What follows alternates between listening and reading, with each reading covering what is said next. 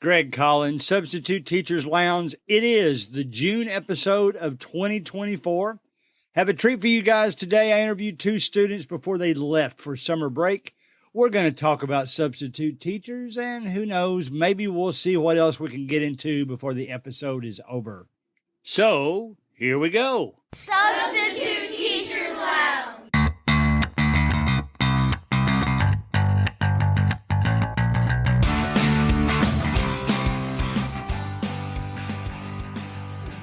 All right, guys, we are back. Substitute Teachers Lounge podcast. We have two young ladies we're going to interview here today. They're going to tell you their first name and what do I want you to tell? I want you to tell me your first name and your favorite food. Okay, so first name and favorite food. I have subbed both of them before. They are now sophomores, and at least one of them I started subbing in the 6th grade, but I probably had both of them in middle school. It's just hard to remember these days. So first name and your favorite food. I'm Mya, and I love chocolate-covered strawberries. Okay. I'm Reese, and my favorite food is sushi. Sushi. That's kind of a contrast. I did buy my wife chocolate-covered strawberries for Mother's Day. So are you proud of me? I am proud. All right, so here's what we're going to do. Mya, I actually interviewed back when she was in the 6th grade. So I'm going to ask you a tough question. You ready? Oh, gosh. How has school changed since you were in the 6th grade? Definitely. What's the biggest event that happened? You know COVID. Do you think the COVID break has changed the students? Yeah. Okay. More kids are, lazy, I feel like. I Okay. feel like they don't want to work as much because of COVID. Okay. All right. And I'll ask you too, Reese, what do you think about today's kids and how it was before COVID? How old were you guys during COVID? What year was that for you guys? 6th grade. It started in 6th grade. That was 6th grade. Okay. All Yeah. right. I feel like just more people, before COVID, everybody was all friends, but then after COVID, everybody's just kind of split up into their Okay. own little groups. All right. And you all have probably heard me say that I won't do middle school anymore because the kids are just so immature there now. And you guys actually spoiled me because I knew that's how classes should act. So with that in mind, let's get into the nitty gritty here. Tell us, don't tell us any names, obviously, but tell us about the worst teacher you ever had and why they were bad. Okay, we will start with Reese describing, well, I shouldn't even say worst. The teacher that maybe you liked least. Okay. I'll describe it that way. Okay. Go ahead. I had this teacher, and there was a fight in our classroom, and she blamed it on us that we didn't tell her, but we didn't know about the fight, and if we would have helped, then we would have gotten in trouble. So, and then we got, grounded in her class, and we weren't allowed to do anything, and we had to do book work while the other classes were watching movies. Okay, all right. You have anything to add, Mya? I have a teacher this year that just doesn't teach us and just gives us busy work. And I'm somebody who likes to be taught, actually. I agree. So All it's right. just all busy work, and it just gets annoying. Okay, all right. Well, since this is a substitute teachers podcast, let's switch over to substitute teachers.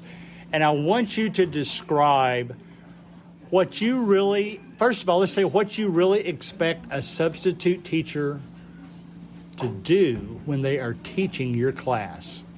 What should they be responsible guiding you guys, if anything? Who wants to talk? I will. They both have their think face on. I think that substitute teachers should look at what the teachers wrote down for them on their plan, and it's usually most likely a worksheet, so they do the worksheet, and it's due by the end of class, so just keep everything together and keep the class under control. Okay? Yeah, keeping it under control for sure, but then also just I don't know. When kids have a sub, normally they just expect to have a free day, which can be good, but I just expect them to if everybody gets their work done, let the kids just chill. You don't have to be strict and not let them not talk, you know? Okay. Okay, I agree with everything both of you said. In fact, some students that I've interviewed before have been much more adamant about saying things like they don't think substitute teachers should make them do anything. So I like the way you said it. And let's go now. Do you feel like, you kind of alluded to it, but do you feel like most teachers, if they have a sub, have just left busy work for you that really doesn't matter? Yes, I think so. I think most teachers, some teachers will do, like, if you're working on a project, they'll let you work on that. But if it's a random, like, out of nowhere sub day, then most definitely busy work. Okay. Back to the teacher I was just talking about. When we have a sub, she decides to give us a full packet that'll be due by the next day. So, yeah, I'd say it's just a busy work. Okay. Let me get you to guess something for me. What percentage would you say, I would say, since I'm a substitute teacher, I would say that when I walk in, the paper just says the students' assignments are on Google Classroom. What percentage would you guess that is? What teachers leave their assignments on Google Classroom? What percentage of teachers? I'd say about 75. I'd say about 80. Okay, I'm going to estimate it actually as 90. So I think 90%. Of course, I do some middle school too, so that's not just high school teachers. All right, so let me ask this. I want you to create the perfect substitute teacher. How would they be? What would make the perfect substitute teacher? I would describe the perfect substitute teacher as Greg. Well, be more specific. Thank you, but be more specific. I would just describe them as, like, giving the kids their work, letting them do, but keeping the class calm. But also, once they're done with their work, let them talk, let them have a little bit of freedom, but not, like, let them get out of control. Okay, all right. Anything to add? I'll say letting them do their work. If they want to, they can do it with friends, but then, like, keeping it under control, but then creating, like, a relationship with the class, So, Okay. like, interacting with the kids instead of just leaving them alone, I think. Okay, all right. Now, Maya, I'm going to ask you a question that I asked you when you were in the 6th grade, okay? And I'm going to let both of you answer, but I remember what her answer was. So, what is the worst a substitute teacher ever treated you, and what specifically did they do? I know what your answer is. You remember your answer from before? Is it when they said my name was spelled wrong? Is Well, that you what it did was? say that. Yeah. But you said something else too. Do you remember? You want me to remind you? Yeah. Okay. I think, if I recall correctly, you said something to the effect that they were really yelling at you, not specifically you, but yelling at the class for their behavior. You might not even know this. I know that day that the administration of the school was telling me that the substitute teacher called up there and complained about the least little things, sharpening pencils in rooms, things like that. So I'm not going to disagree with you. I think let's kick it up a notch then. These days in high school, you're a sophomore, so when you see a substitute teacher walk in that you're not happy about seeing them there, why is that? Now, you're a happy person, so that's not a fair question to ask you, but I don't know. There's one time a sub was, like, being really just, like, if one person was out of their seat whenever they were allowed to be out of their seat, like sharpening a pencil, Yeah. they'd get really mad at them. So just people that are like that, where they're just dramatic, I'm Okay. just like, it's not that deep. You don't have to get mad, because then Okay. everybody else has to stay quiet, but then it's like, it wasn't their fault, so probably just that. okay. All right, Reese, what you got to add? I'd say just, like, a sub that will not let you talk. Like, I love to talk, so if I see a sub that won't let me talk, just like, dang it. Bad day. She can't yap. Yeah, I can't yap. Let me tell you something that I think is interesting, and I've actually did a full episode on this. I'm one of those that is of the opinion that teachers need to accept technology and figure out a way to work smartphones more into their curriculum. And because I've probably spent more time, passing notes, however we did it back in my day, than you guys spend on your phones today, to be honest. So what do you think teachers should do about smartphones? What's your opinion? We'll start. I feel like I talked to you a long time last question, Mya. So let's start with Reese on this one. What should be a teacher's attitude about smartphones? I just talked to a teacher this morning who has a child in the school, and she just got her smartphone taken away. So I know, and that has nothing related to school, but I know that is a big punishment at a lot of homes now. How should teachers handle smartphones? I think it should be okay to be able to use them. If we're doing independent work, I think it should be fine if we're allowed to listen to music while doing it, because that can help some people focus better. I was always like that too. Yeah, but I also feel like if it does start getting in the way of lessons that you're teaching and kids aren't paying attention, then I think it's fine to be able to keep the phone on the desk, on your desk, and give it back to them at the end of class, just so the kids can pay attention. But don't physically be you can't be on it. Don't be mean about it. Just take it, put it on your desk, and tell them they can have it at the end of class. Okay. I think during lesson time, it's important for the teachers to make sure they're not on their desk, just so there's no distractions. Because I feel like a lot of people will start wondering oh, I wonder if this person texts me back yet. So I think during lesson time, it's important for them to not be on the desk. But then, if it's independent work, if they don't get their work done because of their phone, then it's their fault. Okay. If they don't make it in the deadline or for the due date or whatever, then it's their fault because they're on their phone. Okay. So I feel like it's more of now that we're getting older, I think they need to start making it towards our responsibility. So if a kid's on their phone and you've already told them to put it away, and if they don't put it away, it's their fault if they don't finish their work. But then if it's independent work, let them have it out, because sometimes we have to text our parents, or sometimes we have to text somebody back, but it's not we're not going to do our work. Okay. All right. So one final question. And on this question, I'm going to actually let you use a teacher's name if you want to. Okay? Describe to me who your favorite teacher is and why. Oh, you ought to see the expressions I'm getting right now. You want me to pause it for a moment? Yes. Okay. All right, go ahead. I love Miss Hendricks, Miss Patterson, and Miss Little, all because they all interact with each other, with the kids in the classroom, but then also because they're very understanding teachers. If there's work that we don't want to do, they'll understand that and they'll try to help you get through that. Okay, yeah. That's a good answer. Good answer. Mine will be Miss Alexander and Miss Patterson, because they both just they genuinely, you can tell that they care about the students, and they're always asking about your life and what's going on. Good. They want to actually have a relationship with their kids and figure out if everything's okay, and just to talk. Okay. Good deal. All right. That was our two young ladies today on Substitute Teachers Lounge. I hope you enjoyed it. Let's see. It took me 4 years between interviews. So where will you be? You'll be in college in 4 years. Wow. No, it's been almost 5 years. Well, I guess I'm thinking you were sixth grade then. You're a sophomore now, but you're closer to a junior than you are a sophomore. You're right. All right. Tell them all goodbye. See ya. Bye.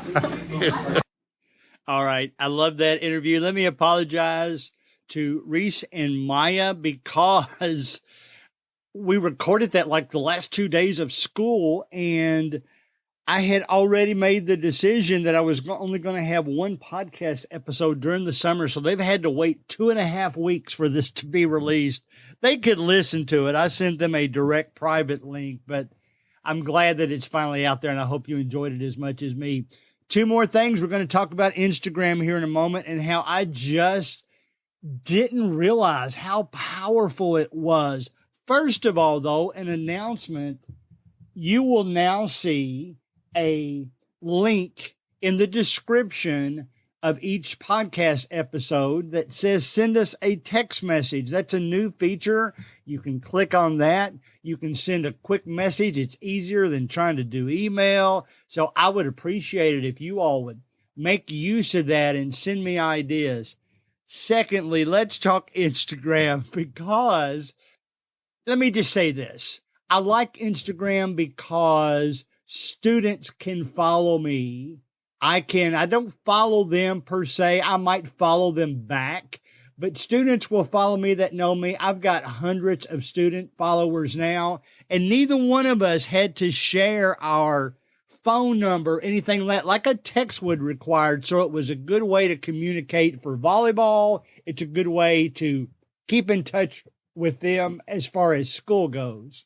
2 weeks ago, I got on and did an Instagram. It was the evening of the day. I would just say it like this. I was fired from my volleyball coaching assistant job. I love the coach there. It was basically one of those things. I would say it like this. None of my ideas really fit into where she wanted the team to go next year. So it made sense and it freed me up to do other things. So I'll miss the players though. And because of that, I put an Instagram. I've made a video. I was sitting on my couch, actually had a volleyball above my left shoulder. And I said, I just want to say goodbye to all of you. I hope you have a great season. Well, before I knew it, I got so many comments about that. Right on Instagram, I got a lot of likes of I guess it's called a reel. Got a lot of likes on the reel. Before I knew it, Instagram had sent me a message that simple little video had 500 views. And I'm thinking, holy cow, that's the power of Instagram. Now, with that in mind, we've talked a lot recently about how I think kids have changed, and the kids that are going to be seniors next year, they kind of spoiled me because I knew them first when they were in the 6th grade, and they were so nice, made me feel so good, made me feel special. And I'm not sure the kids do that as much now. And it made me think of an old song.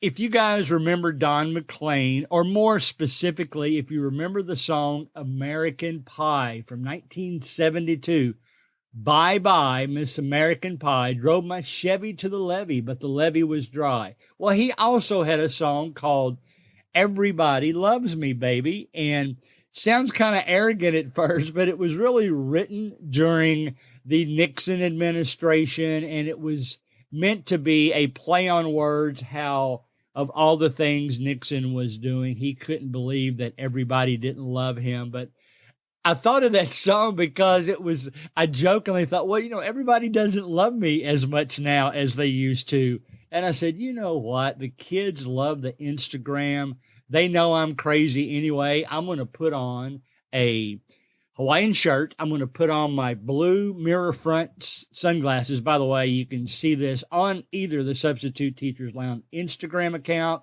or also on our Facebook page. Or I'm going to play it audio, but the audio is just not quite as good as the video. But I'll play the audio here in a minute. But it's so funny me trying to put this together because I found the karaoke version of Don McLean's song, and I was just going to do it from that. Well, he sang a lot higher than I could get to, so that wasn't going to work. So I said, boy, I wish I had a little keyboard. I found a little Amazon keyboard, obviously meant for kids, but had a cool sound on it. It was $20, and I had enough points to cover it, so I got that. And then I remember, I thought even if I could just play a couple of keys while I was singing the song into the microphone, well, maybe that would work out okay. Well, I had forgotten, my parents bought me a guitar back when I was a teenager, and me and my cousins thought we were going to have a band. Well, I discovered quickly that I wasn't, whether it's coordination or whatever, I wasn't coordinated enough to play a guitar and sing a song at the same time. I would concentrate on one and not the other, and vice versa. Well, the same thing happened when I got this stupid keyboard. I realized I can't play anything, even if it's just, gibberish on the keyboards. I can't play that and sing at the same time. Well, it just so happened that had a drum feature in it, several different types of weird drum sounds. So I just turned that on. It played that in the background. I turned what I was going to say into a rap, and I sang the verse of the song. So I'm going to play it for you right now, and before I do, I'll say this. Those crazy kids quickly made it very popular. I got the 500 listens or views, I should say, from Instagram in less than an hour. They made lots of comments, and it's kind of funny. It's really aimed at a bad kid in class and a coach that yells at me when I'm a referee. And it's funny to their comments, how they are reading other things into that. But that's okay. You know, that's always been the sign of a great song, right? People interpret it in various different ways, regardless of what the original person intended. So with no further ado, I'm going to play you this 30-second Instagram reel. Thanks for all you students out there that listened to it and gave me the great comments, and I look forward to seeing you again in August. I'm a substitute teacher, boom, boom, boom. Students cheer when I walk in the room, except for that one kid who's full of gloom. Off to ISS, he must soon. Then as a rep, those students know me. They give me high fives and call me Mr. G, except for that coach that complains, you see. Makes me want to say this plea. Everybody loves me, baby. What's the matter with you? Won't you tell me what did I do to offend you? As we close, always remember that you can email your questions to gregcollinssubstitute@gmail.com. Please join our Facebook group, Substitute Teachers Lounge, where we'll share ideas and thoughts about each week's show. See you next week.